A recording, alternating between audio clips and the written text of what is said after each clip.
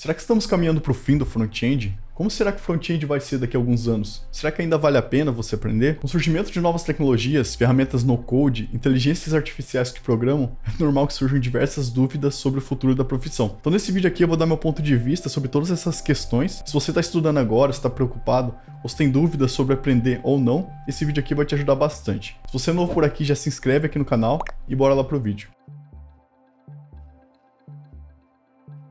Quando falamos de HTML e CSS, é normal que venha na mente que, por serem códigos bastante repetitivos, sejam os primeiros a serem automatizados. Isso na verdade já vem sido feito desde Dreamweaver, lá em 1997.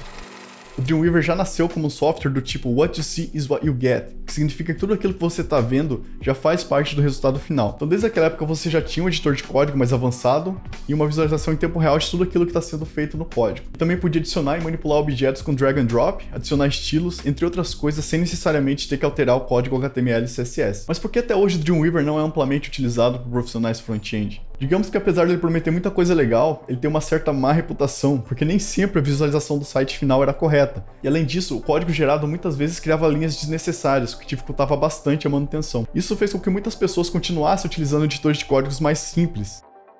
E por outro lado, nós também temos o surgimento das ferramentas no-code. As ferramentas no-code, como o próprio nome já diz, são ferramentas que não exigem uma codificação. Então elas permitem que pessoas com pouca ou nenhuma experiência em programação consigam criar aplicações que necessitariam de um código. Como por exemplo é o caso do Webflow. Lá a gente consegue criar sites de forma visual, como se fosse uma ferramenta de design de interface, tipo Figma, Adobe XD, Sketch, porém gerando um site funcional, não necessitando que você tenha conhecimento prévio em HTML, CSS e JavaScript. Além disso, essas ferramentas prometem que o código gerado é um código limpo e com uma boa semântica, o que resolveria aquele problema antigo do Dreamweaver. E os benefícios são muito grandes porque além delas reduzirem o tempo e o custo de desenvolvimento, elas permitem uma gigantesca fidelidade com o designer, porque é o próprio designer que vai estar fazendo o código ali. Então nós não temos aquele processo de handoff para o desenvolvedor, por exemplo. E apesar de todos esses benefícios, que teoricamente seria uma grande vitória, a grande maioria das pessoas que utilizam essas ferramentas são pessoas com pouco ou nenhum conhecimento em front-end. Mas por que então essas ferramentas no-code ainda não são amplamente utilizadas por profissionais front-end? No meu ponto de vista é por causa daquela má reputação e pela baixa flexibilidade. Infelizmente, hoje ainda temos algumas limitações de interface, desempenho,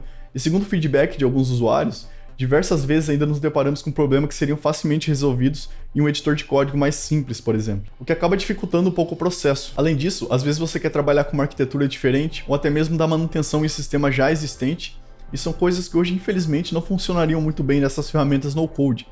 E nem acho que esse seja o intuito dessas ferramentas também.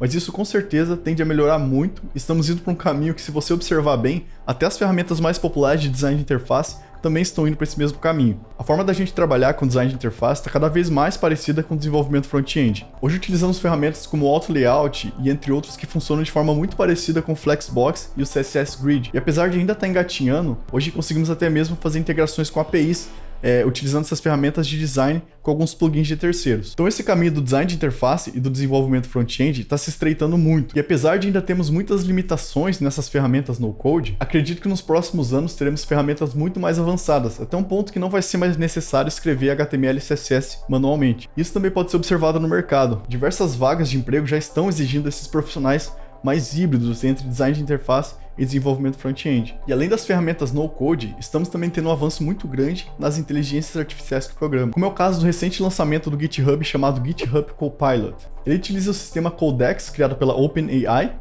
que é um sistema que traduz linguagem natural para linguagem de programação.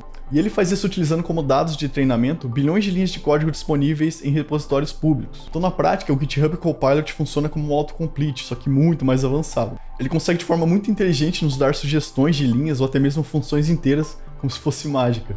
Tá, mas então se ele consegue até mesmo gerar lógica de programação automaticamente com um simples texto, agora a gente tá chegando no fim, é isso mesmo? Não, longe disso. O front-end não vai acabar tão cedo. Porém, a forma com que a gente trabalha com ele hoje, com certeza vai. Isso é comum quando a gente fala de avanços tecnológicos. Todas as profissões que conhecemos hoje vão mudar e precisamos estar prontos para lidar com isso. Digamos que o GitHub Copilot vai economizar muitas horas de pesquisa por lógicas repetitivas no Stack Overflow. E as ferramentas no code vão melhorar muito esse gargalo gigantesco que a gente tem hoje, que é o processo de handoff do design para o desenvolvedor. Que convenhamos que HTML, CSS e animações é muito mais design do que programação. Mesmo se as ferramentas no-code evoluírem muito e tivermos todo o código HTML e CSS gerados automaticamente, ainda vamos precisar de pessoas para codificar o JavaScript. Isso sem falar de bilhões de outros sistemas que já existem que também vão precisar de manutenção. E no JavaScript existem diversas situações muito específicas que tornam praticamente impossível a gente conseguir simplificar isso dentro de uma interface.